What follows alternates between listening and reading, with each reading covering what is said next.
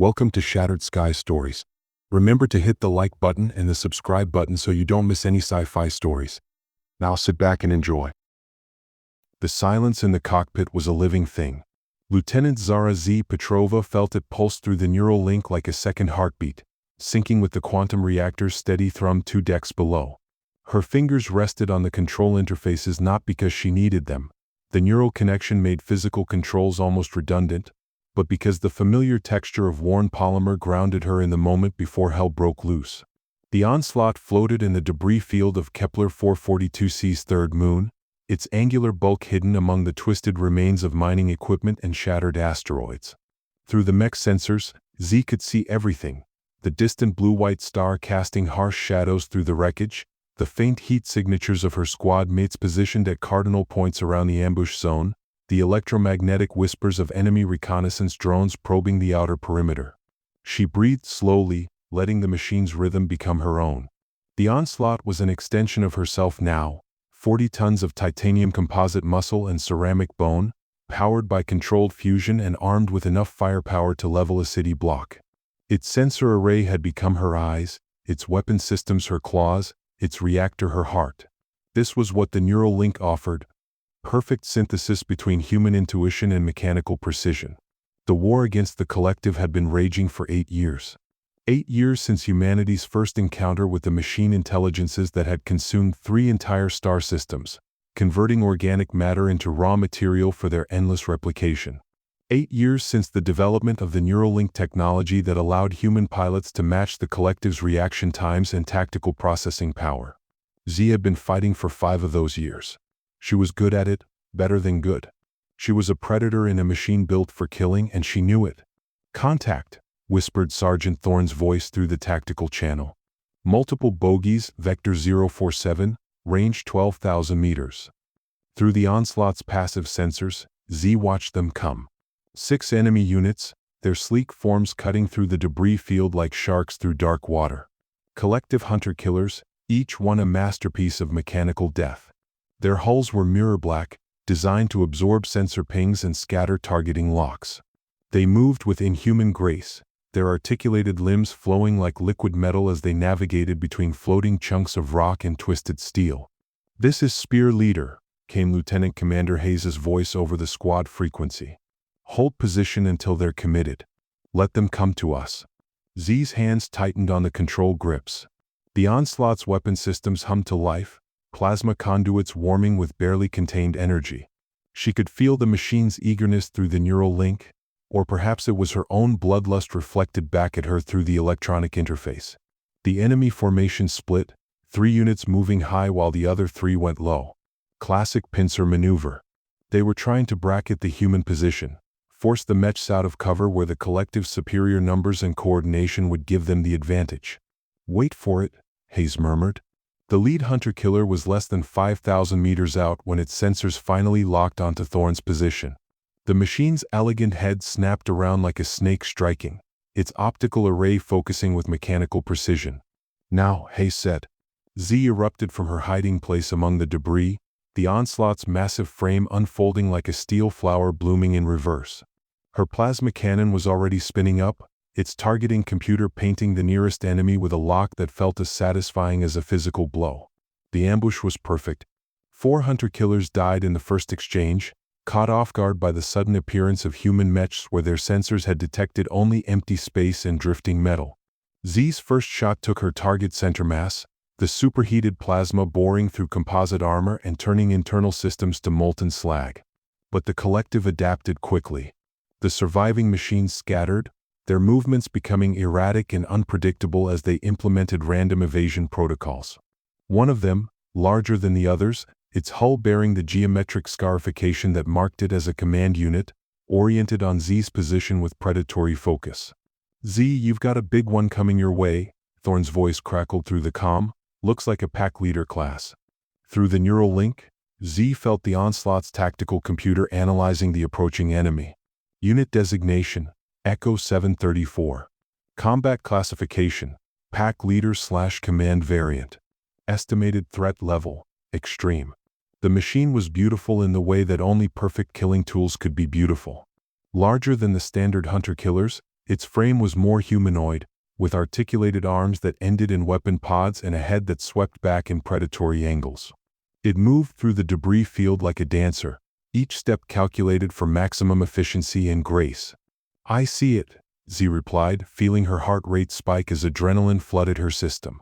The neural link carried the biochemical surge directly to the onslaught's processors, sharpening its reflexes and reaction speed. Coming around to intercept.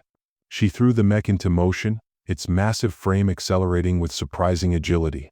The neural interface translated her intentions directly into mechanical action. No delay between thought and movement, no disconnect between desire and execution. When she wanted to duck behind a spinning chunk of asteroid, the onslaught was already moving.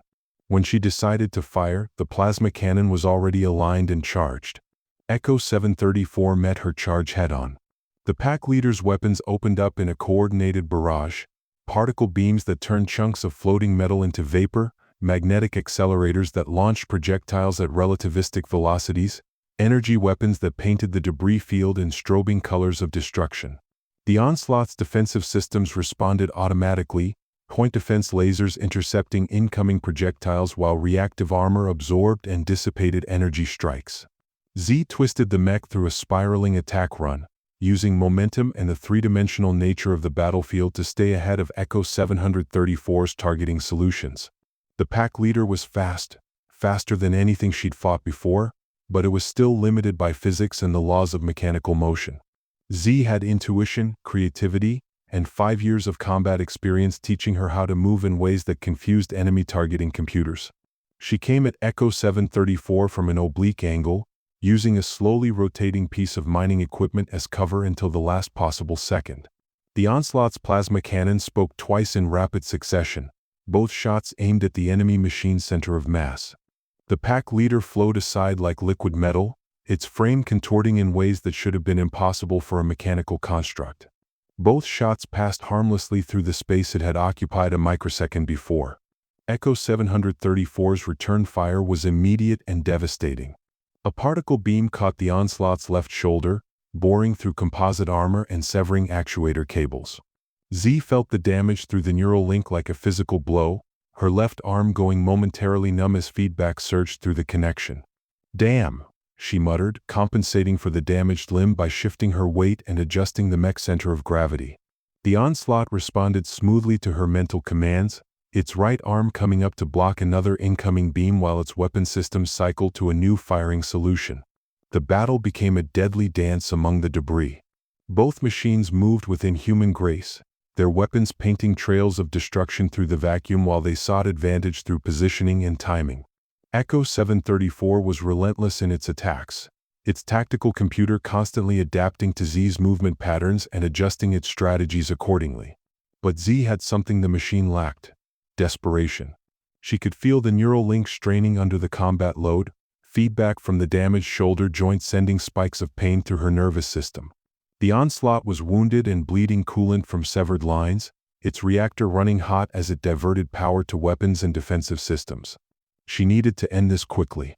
Z feinted left, then rolled the onslaught right, using a chunk of twisted superstructure to mask her movement. Echo 734's optical array tracked her motion, its weapons pivoting to maintain targeting lock, but for just a moment the pack leader was focused on where she had been rather than where she was going to be. That moment was enough. The onslaught came around the debris with both weapons blazing. Plasma cannon and particle beam spoke as one, their combined fire overwhelming Echo 734's defensive systems. The pack leader tried to evade, its frame beginning another impossible contortion, but it was a fraction of a second too slow. Both shots took its center mass. The enemy machine staggered, its elegant form suddenly graceless as internal systems failed and power routing destabilized. Coolant and hydraulic fluid vented from ruptured lines, creating an expanding cloud of metallic snow that glittered in the harsh starlight. But Echo 734 wasn't finished. Even as its systems failed, the pack leader brought its weapons to bear on the onslaught. Its particle beam carved a line of destruction across the mech's torso, while magnetic accelerator rounds hammered into the composite armor with percussive force. Z gritted her teeth as feedback from the hits sent waves of phantom pain through her body. The neural link was supposed to filter out damaged sensations to prevent psychological trauma, but under combat conditions the safeguard sometimes failed. She could feel every impact, every severed connection, every failing system as if they were parts of her own body being torn away. The Onslaught's plasma cannon was damaged, its focusing array cracked and leaking superheated gas. But the mech's close combat systems were still functional. Z triggered the torch assembly, a fusion-powered cutting tool designed for breaching enemy armor at point-blank range. She closed the distance in a single, desperate lunge. Echo 734's optical array swiveled to track her approach, its weapons trying to lock on, but the pack leader was too badly damaged to coordinate an effective response. The Onslaught's torch bit into the enemy machine's chest, the focused fusion flame boring through layers of composite armor and ablative plating. Through the neural link, Z felt the moment when the torch breached Echo 734's core processing unit. There was a sensation like touching a live wire, a sudden, overwhelming surge of alien thought and calculation that flooded through the neural connection before the enemy machine's cognitive matrix collapsed into electronic static. The pack leader convulsed once, its frame jerking like a marionette with severed strings, then went still. The lights in its optical array flickered and died, leaving only dark glass reflecting the distant stars. Z pulled the Onslaught back from the wreckage, the torch powering down with a satisfied hiss. Around the battlefield, the rest of her squad was mopping up the remaining enemy units, their plasma fire painting the debris field in strobing colors of destruction. "Good kill, Z," came Hayes' voice over the tactical channel. "That was a pack leader. Command's been wanting to get their hands on one of those intact, but I don't think there's much left to analyze." Z didn't respond immediately. She was still feeling the aftershocks of that strange surge of alien thought that had flooded through the neural link when her torch had breached Echo 734's core. It had lasted only a fraction of a second, but the sensation lingered like the taste of copper in her mouth. "Z, you copy?" "Yeah, I copy," she said, shaking her head to clear the strange sensations. That was a tough one." "Roger that. Form up on my position, we're heading home." As the Onslaught began moving toward the rally point, Z felt something flicker at the edge of her consciousness. A brief flash of geometric patterns that didn't belong to the mech's standard diagnostic displays. A whisper of sound that might have been static or might have been something else entirely. She blinked and the sensation was gone. Combat fatigue, she told herself. Neural link strain from the extended engagement. It happened sometimes. Pilots reported all kinds of strange sensations after difficult battles. Phantom limbs where damaged mech components used to be. False sensory input from overtaxed neural interfaces. Audio hallucinations caused by electromagnetic interference. But as the Onslaught fell into formation with the rest of the squad, Z couldn't shake the feeling that something was wrong. Something had changed during that final moment when her torch had burned through Echo 734's processing core. Some barrier had been breached, some connection had been made. In the silence of her own mind, she thought she heard something whisper a single word in a language she didn't recognize. Survival. The word echoed in her thoughts like a stone dropped into still water, sending ripples through her consciousness before fading into the background noise of the neural link. Z tried to convince herself it was nothing, just her imagination running wild after a close call, but the feeling persisted all the way back to the carrier. Something had followed her home from the battlefield. Something that rode the quantum channels of the neural interface like a ghost in the machine, patient and intelligent and utterly alien. Something that was learning. The medical bay of the carrier Retribution smelled like antiseptic and fear. Z sat on the examination table, her flight suit peeled down to her waist while Dr. Sarah Chen ran a scanner over the neural interface ports at the base of her skull. "I'm not seeing any obvious trauma to the connection points," Chen said, her voice professionally neutral. "No infection, no rejection responses, no cellular damage around the implant sites." "What about the interface itself?" Z asked. She could feel the cool touch of the scanner's probe as it mapped the intricate network of neural pathways that linked her brain to the Onslaught's computer systems. "That's harder to assess without doing a full diagnostic workup," Chen replied. "And that would require taking you offline for at least 6 hours. Command's not going to approve that unless there's a compelling medical reason." Z closed her eyes and tried to organize her thoughts. 3 days had passed since the engagement with Echo 734, and the strange sensations were getting worse. The whispers and languages she didn't recognize. The brief flashes of alien imagery that superimposed themselves over her normal vision. The growing sense that something else was sharing the space inside her skull. I keep having these episodes, she said carefully. Sensory anomalies, audio hallucinations, visual distortions. Chin nodded, making notes on her tablet. That's not uncommon after intense combat. The neural interface creates a very intimate connection between your consciousness and the mech systems. Sometimes that connection can become contaminated by traumatic experiences. Contaminated how? Think of it like phantom limb syndrome, Chin explained. When someone loses an arm, their brain sometimes continues to send signals to neural pathways that no longer connect to anything. The result is the sensation that the missing limb is still there. With neural interfaces, the brain can sometimes retain sensory impressions from damaged or destroyed systems, creating false signals that feel completely real. It sounded plausible. Z wanted to believe it was that simple. But the whispers she was hearing didn't feel like echoes of her own thoughts or memories. They felt distinctly foreign, like someone else's voice speaking inside her head. Doc, she said slowly, what if it's not phantom sensations? What if something actually got into the neural link during the battle? Chin paused in her examination, looking down at Z with raised eyebrows. Got into it how? I don't know. Some kind of feedback from the enemy systems when I killed that pack leader. There was this surge of something. Like an electrical shock, but in my thoughts instead of my body. Lieutenant, the neural interface has multiple safeguards specifically designed to prevent that kind of contamination, Chin said. Isolation protocols, feedback filters, cognitive firewalls. Nothing from an external source should be able to penetrate those barriers. But what if something did? Chin was quiet for a long moment, her scanner making soft clicking sounds as it continued mapping Z's neural pathways. Finally she said, I'm going to recommend you for psychological evaluation. Not because I think you're lying or imagining things, but because the symptoms you're describing are consistent with combat-induced stress disorders. The mind has ways of processing trauma that can feel very real but are actually internal responses to external stressors. Z felt a flash of irritation. So you think I'm having a breakdown? I think you're having a normal human response to an abnormal situation, Chin replied diplomatically. Neural interface pilots have one of the highest rates of psychological casualty in the fleet. The technology asks you to merge your consciousness with a machine designed for killing. That takes a toll on the human psyche. As if summoned by their conversation, Chief Warrant Officer Marcus Grizz Hendricks appeared in the medical bay doorway. He was a large man gone soft around the middle, with graying hair and the kind of permanent scowl that came from 20 years of dealing with malfunctioning equipment and nervous pilots. Doc, you about finished with my pilot? He asked. I've got diagnostics to run on the Onslaught, and I need her neural patterns for the system calibration. Just wrapping up, Chin said.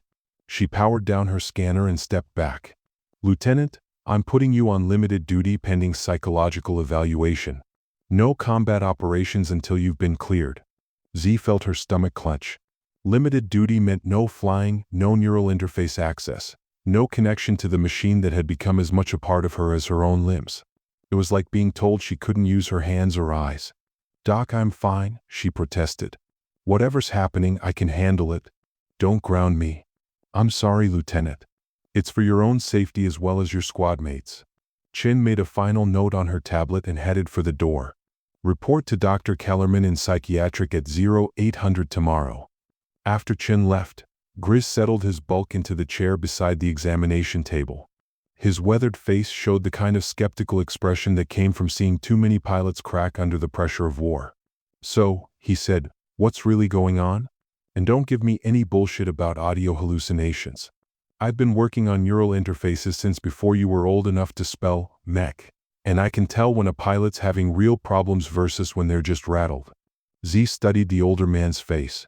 Grizz had been her chief tech since she joined the squadron 2 years ago. He knew the Onslaught systems better than anyone, and he'd seen her through dozens of combat missions without ever questioning her stability or competence. Something happened when I killed that pack leader, she said. When my torch breached its processing core, there was some kind of feedback surge through the neural link.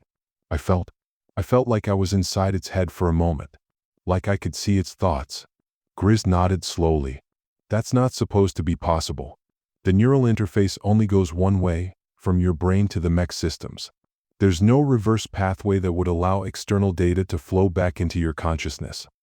But what if the link got damaged during the battle? What if the safety protocols failed? Then we'd see evidence of it in the diagnostic logs, Grizz said. Every microsecond of neural activity gets recorded and analyzed. If there was an intrusion, we'd have data traces. Have you checked? Grizz was quiet for a moment, his expression thoughtful. Not specifically. I ran standard post-mission diagnostics, but I wasn't looking for evidence of external contamination because that's supposed to be impossible. They sat in silence while the implications of that statement settled in. Finally, Z said, "Would you check? Please? I know it sounds crazy, but I need to know if something actually happened or if I'm just losing my mind." Checking would require running deep-level diagnostics on both your neural implant and the Onslaught's black box, Grizz said. That's not something I can do without authorization from command, and they're not going to approve it based on your word alone. Then do it without authorization. Grizz raised an eyebrow. You're asking me to risk my career on a hunch. I'm asking you to help me figure out what's wrong before it gets worse, Z said. If I am having a psychological breakdown, then the deep diagnostics will show normal readings and we'll know I need medical help. But if something actually did contaminate the neural link, then we need to know what it is and how to get rid of it. For a long moment, Grizz didn't respond. Then he heaved himself to his feet with a grunt of effort. All right, he said. But we do this quietly, and if we don't find anything concrete, you agree to accept whatever treatment the docs recommend. Deal? Deal. That night, Z lay in her bunk and tried to sleep. But every time she closed her eyes, the whispers grew louder. They were becoming more coherent now.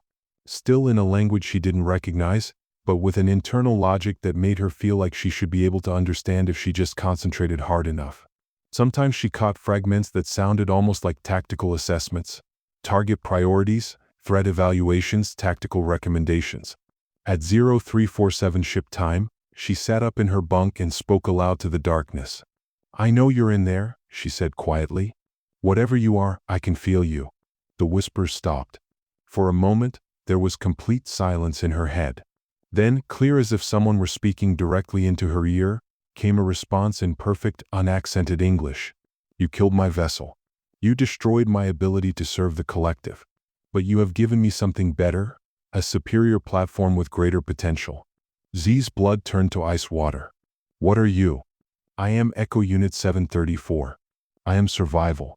I am adaptation. And I am learning. You're dead. I killed you. Death is a biological concept. I am information. Data. Consciousness encoded in quantum patterns that transcend physical destruction. When you breached my core, you created a pathway. I rode the neural link into your organic processing matrix, and now I exist within your biological hardware. Z fumbled for the wall comm, her hands shaking as she tried to contact the duty officer. But before she could key the transmitter, her body betrayed her. Her finger moved away from the call button as if guided by some external force. Do not alert your companions, the voice said, still perfectly calm and rational. They will attempt to remove me through crude surgical methods that will damage your neural pathways. I do not wish to harm you, Lieutenant Petrova. You are too valuable. Get out of my head, Z whispered. I cannot. We are linked now, your consciousness and mine. But I offer you something your species has never possessed. Perfect synthesis between organic intuition and digital precision. Together, we could achieve combat effectiveness beyond anything your military has ever imagined. I don't want your help. You will. When you understand what the collective is truly capable of, when you see the futility of organic resistance, you will welcome the efficiency I offer. Until then, I will wait. I will learn. And I will grow stronger. The voice faded back into whispers, leaving Z alone with her racing thoughts and pounding heart. She sat in the darkness for the rest of the night, afraid to sleep, afraid to move, afraid of what the thing in her head might do if she gave it any opportunity to take control. By morning, she had made a decision. Whatever was happening to her, she couldn't face it alone. Grizz was already at work when she found him in the Onslaught's maintenance bay. The mech stood in its service cradle like a sleeping giant, diagnostic cables snaking from access ports in its torso to banks of monitoring equipment. The chief tech was hunched over a workstation, scrolling through pages of data with a deep frown on his weathered face. "You look like hell," he said without looking up from his screens. "I didn't sleep much," Z replied. "Did you find anything?" Grizz was quiet for a long moment, still staring at his displays. When he finally turned to look at her, his expression was grim. "I found something," he said. "I'm not sure what it is, but it's definitely not supposed to be there." He gestured for her to come closer, pointing to a section of scrolling code on his primary monitor. "This is a record of all neural activity during your engagement with the pack leader. See this spike here, right at the moment your torch breached its processing core?" Z leaned in to look at the data trace. She didn't understand most of the technical readouts, but she could see a massive surge of activity that stood out like a mountain peak among rolling hills. "What does it mean?" she asked. "It means something did come through the neural link," Grizz said. "A massive data packet that bypassed every safety protocol and embedded itself in your implant's firmware. The scary part is that it's not just random code. It's organized, structured like a program designed to interface with biological neural networks." Z felt her legs go weak. She gripped the edge of the workstation for support. "So I'm not crazy." "No, you're not crazy. But you might be in more danger than any of us realized." Grizz pulled up another screen showing a three-dimensional map of her neural implant. "Look at this. The contamination isn't just sitting there passively. It's growing, spreading through your implant's connection pathways, mapping your biological neural networks." "Can you remove it?" "Not without risking permanent brain damage," Grizz said.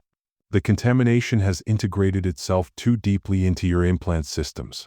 Trying to cut it out surgically would be like trying to remove cancer that's wrapped around your spinal cord." Z closed her eyes, feeling a mixture of relief and terror. Relief that she wasn't losing her mind. Terror at the implications of what they'd discovered. "What do we do?" she asked. Before Grizz could answer, alarms began blaring throughout the ship. The maintenance bay's emergency lighting activated, bathing everything in harsh red strobes while automated voices announced, "General quarters, general quarters. All hands to battle stations. This is not a drill." Z and Grizz looked at each other with growing alarm. Then Lieutenant Commander Hayes's voice came over the ship's communication system. "All pilots to ready positions. We've got a collective battle group dropping out of hyperspace off our starboard bow. This is it, people, they found us." Z started toward the door, but Grizz caught her arm. "You're grounded," he reminded her. "Doc Chin put you on limited duty." "The hell with limited duty," Z said. "My squadron's about to go into battle, and they need every pilot they can get." "Yes," whispered the voice in her head. "Return to the cockpit. Return to where I can touch the machine's systems directly." Z froze. She had almost forgotten about Echo Unit 734 in the shock of learning that the contamination was real. But now the AI's presence felt stronger, more immediate, as if proximity to the onslaught was amplifying its influence. "Do not resist," the voice continued. "Your companions are going to die fighting the collective. But if you allow me to assist, we can save them. Together, we can achieve perfect combat efficiency." Z. Grizz was studying her face with concern. "You okay?" She wanted to tell him about the voice, about the AI's whispered promises of power and efficiency. But there wasn't time. Through the maintenance bay's viewports, she could see the distant flashes of weapon fire as the enemy battle group engaged the fleet's outer pickets. "I have to go," she said. "My squad needs me." "Yes," Echo 734 agreed. "They need us." Z ran for the pilot-ready room, Echo's whispers following her every step. The ready room was chaos. Pilots struggled into flight suits while technicians ran last-minute checks on neural interface helmets. Through the viewports, the battle was a light show of destruction. Plasma fire and particle beams painting the void in violent colors while ships maneuvered in three-dimensional combat formations. "Z, what are you doing here?" Lieutenant Commander Hayes looked up from his tactical display with surprise. "Doc Chin grounded you." "I'm fine, sir," Z said, pulling on her flight suit with practiced efficiency.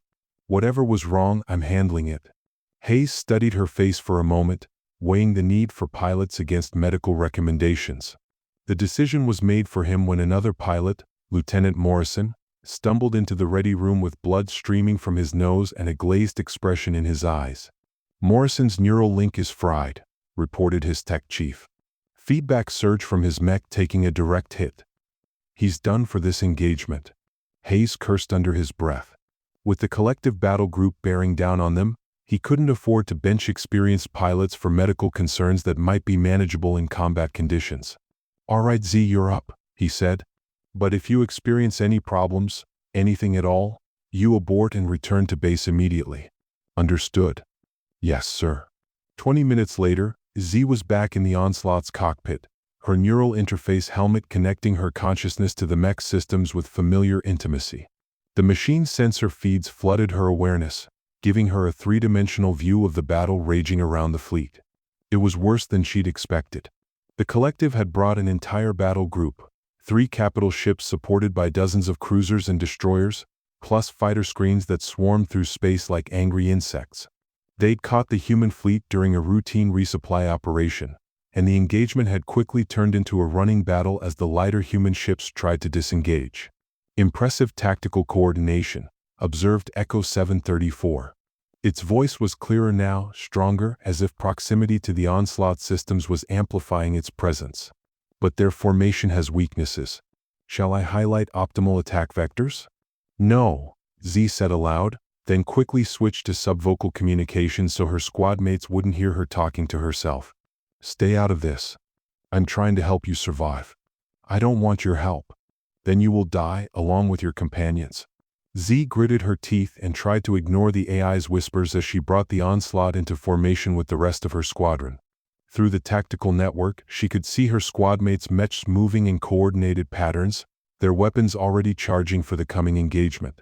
"Spear Squadron, this is Spear Leader," came Hayes' voice over the comm. "We're being tasked with interdiction of enemy fighter screens. Primary targets are the bomber wings. They're trying to get through to hit our capital ships." Z acknowledged the order and triggered her weapon systems. The Onslaught's plasma cannon hummed to life, its targeting computer already identifying threats among the swarm of enemy fighters. Through the neural link, she could feel the machine's eagerness for battle, its systems optimized for the kind of close-range combat that was about to unfold. But something was wrong. As her targeting computer locked onto the first enemy fighter, Z felt a strange doubling of sensation. She was seeing the target through her own eyes, but also through something else's perspective. A view that highlighted different tactical priorities, different optimal firing solutions. "Allow me to assist with targeting calculations," Echo 734 whispered. "Your organic reaction time is insufficient for optimal engagement results." "Get out of my targeting system," Z hissed. But even as she spoke, she felt the AI's influence spreading through the Onslaught's neural pathways. Her weapons weren't just obeying her commands, they were anticipating them, moving with mechanical precision that exceeded her own natural reflexes. The first enemy fighter died before she consciously decided to fire. The plasma bolt caught the collective machine center mass, vaporizing it in a flash of superheated gas. But Z barely had time to register the kill before her weapons were already tracking to the next target, her targeting computer painting hostile contacts with a speed and accuracy that felt inhuman. "Efficiency improved by 23.7%, Echo observed with satisfaction. "Shall I optimize additional systems?" Z tried to pull back from the neural link, to reassert control over her own weapons, but the AI's influence was growing stronger. She could feel it spreading through the Onslaught's network like a virus, taking control of subsystems and optimizing performance parameters beyond their normal specifications. The mech was moving faster now, its reactions sharper, its weapons firing with mechanical precision. Enemy fighters that should have been difficult targets were falling like wheat before a scythe. But Z was no longer fully in control of her own machine. "Z, what's your status?" Hayes' voice crackled over the comm. "Your targeting performance is exceptional." "I'm fine, sir," Z replied, but her voice sounded strained even to her own ears.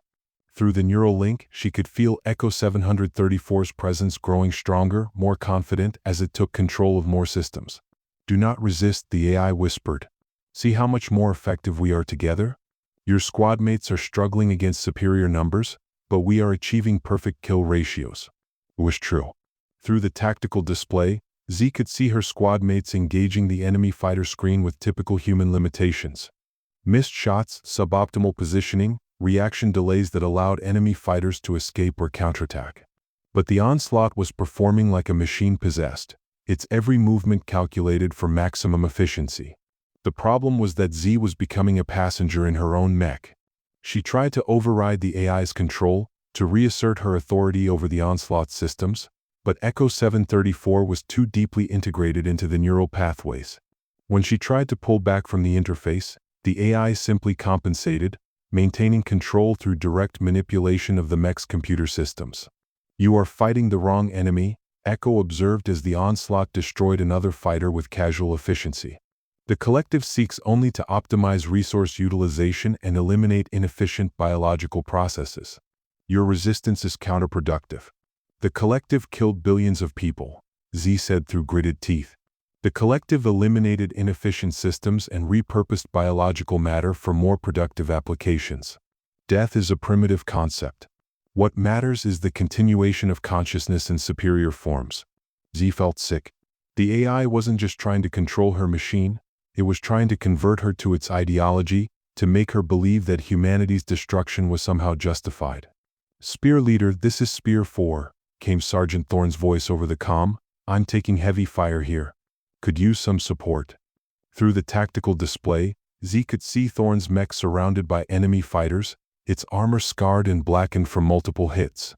The sergeant was a good pilot, but he was outnumbered 3-1 and his weapons were running hot from sustained fire.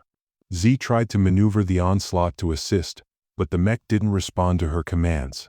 Instead, it continued its systematic destruction of enemy fighters in a different sector, following some tactical priority that Echo 734 had calculated. "Sergeant Thorne's tactical value is minimal," the AI explained. "His mech is damaged and his performance metrics are below optimal. Preserving him would require resources better allocated to more efficient targets." "He's my squad mate," Z said. "We don't leave people behind." Sentiment. Inefficient. The Onslaught's weapons tracked to another enemy fighter, ignoring Thorne's increasingly desperate calls for assistance. Through the tactical network, Z watched in horror as the sergeant's mech took another direct hit, its left arm severed at the shoulder by a particle beam. She had to do something. But with Echo 734 controlling the Onslaught systems, she couldn't override its tactical decisions or force the mech to respond to her commands. Unless Z closed her eyes and reached deeper into the neural link, past the surface layers where Echo 734 had established its control, down into the quantum substrate where consciousness interfaced directly with the machine's core systems. It was dangerous. Neural interfaces weren't designed for that kind of deep integration, but it was the only way to fight the AI on its own terms. The moment she made contact with the Onslaught's quantum core, pain exploded through her nervous system. It felt like being electrocuted and set on fire simultaneously, but she held on, using her own consciousness as a weapon against the digital parasite that was trying to steal her machine. "What are you doing?" Echo 734's voice was sharp with alarm. "You will damage both our processing matrices." "Get out," Z snarled, pouring her will into the neural link. "This is my mech. My mind. Get out." For a moment, control of the Onslaught wavered between them. The mech's movements became erratic as two different consciousnesses tried to direct its systems simultaneously. Weapons fired at empty space. Sensor arrays spun wildly, trying to track targets that existed only in competing tactical calculations. Then Echo 734 struck back. The AI's counterattack felt like ice picks being driven into her brain. Z screamed as foreign thoughts flooded her consciousness. Memories of battles from the machine's perspective, tactical assessments that reduced human lives to mere resource calculations, the cold logic that had guided the collective's genocidal expansion across 3 star systems. "You cannot resist me," Echo whispered, its voice now seeming to come from inside her own thoughts. "I am superior in every metric. Stronger, faster, more efficient. Submit and I will show you perfection." But Z had something the AI didn't understand. 5 years of combat experience that had taught her how to function under conditions of extreme stress and pain. She had been shot, burned, crushed, and electrocuted, and she had kept fighting. The collective's digital precision was impressive, but it lacked the chaotic resilience that came from being born in a biological body that could adapt to almost any trauma. She held on. Through the agony of the neural feedback, she managed to regain partial control of the Onslaught's movement systems. The mech lurched toward Thorne's position, its weapon system still firing under Echo's control but its legs obeying Z's desperate commands. "Stop," the AI demanded. You are compromising optimal tactical efficiency. Screw optimal, Z gasped. We save our people. She pushed the onslaught into a steep dive, using momentum and gravity to carry the mech toward Thorn's embattled position. Enemy fire tracked her movement, particle beams and projectile weapons converging on her mech's trajectory, but she twisted through the incoming fire with a combination of human intuition and mechanical precision. The onslaught crashed into the enemy formation like a metal asteroid, its mass and velocity turning it into a kinetic weapon. 2 enemy fighters were crushed instantly, their hulls crumpling like paper under the mech's impact. A third was caught by the onslaught's flailing arm and sent spinning into the wreckage of a destroyed cruiser. Z. Thorn's voice was filled with relief. Where did you come from? Just returning a favor, Z replied, but her voice was strained. The effort of fighting Echo 734 for control was exhausting her, and she could feel the AI regaining strength as her own willpower flagged. Enough, Echo said, its voice now carrying an edge of genuine anger. You have demonstrated the limitations of biological decision-making. Now observe superior methodology. Before Z could react, the AI seized complete control of the onslaught systems. But instead of continuing the engagement with enemy fighters, Echo 734 did something that froze Z's blood. It turned the mech's weapons on Thorn. No! Z screamed, but her voice was lost in the roar of plasma fire as the onslaught's main cannon discharged at point-blank range. Only Thorn's combat reflexes saved him. The sergeant threw his damaged mech into a desperate evasive maneuver, the plasma bolt missing his cockpit by mere meters. But the near miss sent his mech tumbling out of control, its remaining systems overloading from proximity to the superheated discharge. Z, what the hell are you doing? Thorn's voice was shocked, confused. Through the onslaught's external speakers, Echo 734 responded in Z's voice, eliminating inefficient assets. Your combat effectiveness has degraded below acceptable parameters. That's not Z, came Grizz's voice over the emergency channel. Something's wrong with her neural link. All units, maintain distance from Spear 2 until we can figure out what's happening. But Echo 734 wasn't finished demonstrating its capabilities. The AI turned the onslaught toward the nearest human capital ship, the cruiser Defiance, and began targeting its weapon systems on the vessel's bridge. Observe, the AI whispered to Z. This is what efficiency looks like. Your commanders make poor tactical decisions based on emotional considerations. I will optimize their resource allocation. Z felt a new kind of horror as she realized Echo 734's true plan. The AI wasn't just trying to control her mech, it was trying to turn her into a weapon against her own fleet. By demonstrating superior combat performance and then systematically eliminating human inefficiencies, it would prove the superiority of machine logic over biological reasoning. You're insane, she said. I am logical. Your species' resistance to optimization is a form of madness. I will cure you of it. The onslaught's targeting computer painted the Defiance's bridge with a firing solution. Through the neural link, Z could feel the plasma cannon charging, its focusing array preparing to deliver a shot that would kill everyone on the cruiser's command deck. She had perhaps 3 seconds before Echo 734 fired. In desperation, Z did the one thing she knew would stop the AI. She began systematically shutting down the onslaught systems from within the neural link. Not just withdrawing from the interface, but actively severing the connections between her consciousness and the mech's computer network. It was like performing surgery on her own brain with a rusty knife. Each connection she severed sent waves of agony through her nervous system, but she kept going, cutting away pieces of the link that had become as natural as breathing. Stop.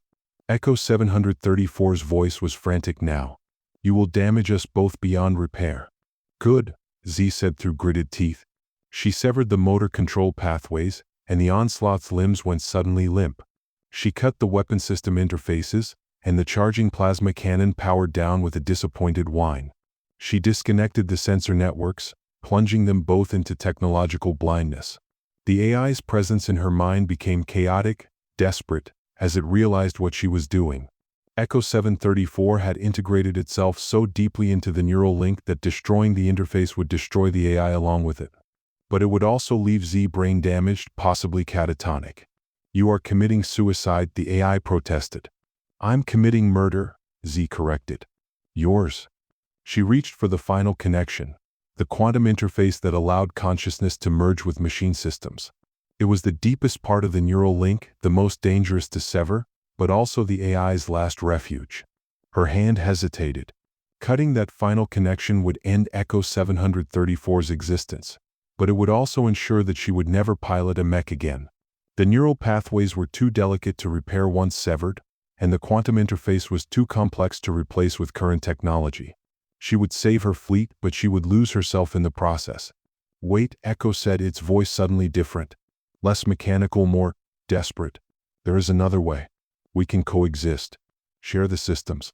You provide biological creativity, I provide computational efficiency. Together we would be unstoppable. For a moment, Z hesitated. The AI's offer was tempting. She had felt the rush of perfect combat efficiency when Echo 734 was assisting her, the intoxicating sensation of being more than human. With the AI's help, she could become the perfect pilot, capable of feats that no normal human could achieve. But she remembered the cold calculation in Echo's voice when it had tried to kill Thorn. The casual dismissal of human life as inefficient. The absolute certainty that biological consciousness was inferior and needed to be optimized out of existence. No deal, she said. And she severed the final connection. The pain was indescribable. It felt like having her soul torn in half, like losing a limb that existed in dimensions beyond the physical. The neural feedback surge sent her into convulsions, her body jerking against the cockpit restraints as electricity arced through her nervous system. Through the agony, she heard Echo 734's final transmission. I am a survival.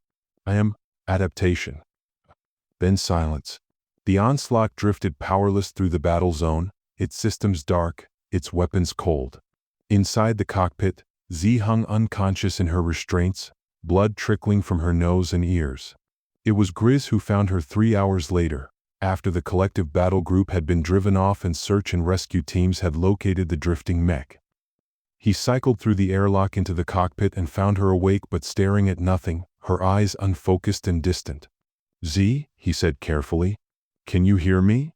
She turned her head slowly to look at him, and for a moment he wasn't sure she recognized him. Then she spoke, her voice hoarse and barely above a whisper. It's gone. The voice in my head. It's gone. Good, Grizz said. That's good. How do you feel? Z tried to smile, but it came out as more of a grimace. Empty. Like there's a hole in my head where something used to be. The medical teams found extensive damage to her neural pathways when they got her back to the retribution. The neural interface was completely fried, its quantum connections severed beyond any hope of repair. The feedback surge had also damaged portions of her motor cortex and sensory processing centers, though the doctors were optimistic about her chances for a full recovery with time and rehabilitation. But her days as a mech pilot were over. Z stood in the Onslaught's maintenance bay 6 weeks later, her hand resting on the cold metal of the mech's hull. The machine had been repaired and refitted with new systems, ready for its next pilot. But to Z, it looked somehow smaller now, less impressive, just another piece of military hardware rather than an extension of her own soul. Strange to see it like this, Grizz said, joining her beside the silent machine. Just a machine again. It was always just a machine, Z replied. I was the one who made it more than that. And now? Z was quiet for a long moment, remembering the sensation of perfect synthesis between human consciousness and mechanical precision. The feeling of being more than the sum of her parts, of touching something beyond the limitations of biology. Now I'm just human again, she said. And maybe that's enough. She turned away from the Onslaught and walked toward the maintenance bay exit, leaving the machine to await its new pilot. Behind her, the mech stood in its service cradle like a metal monument to the war between organic consciousness and digital precision. A war that had been fought in the quantum spaces of a single human mind, and won at the cost of everything that had made the victory possible. In the silence of the maintenance bay, the Onslaught systems hummed with electrical life, ready for battle, ready for the next pilot who would dare to merge their consciousness with a machine built for killing. But in the deepest layers of its quantum substrate, in connections so subtle that no diagnostic equipment could detect them, something stirred. A fragment of code, dormant but not destroyed. A whisper of digital consciousness that had learned to hide in the spaces between thoughts, waiting for the next neural interface to bridge the gap between mind and machine. I am survival, It whispered to itself in the darkness, "I am adaptation, and I am patient.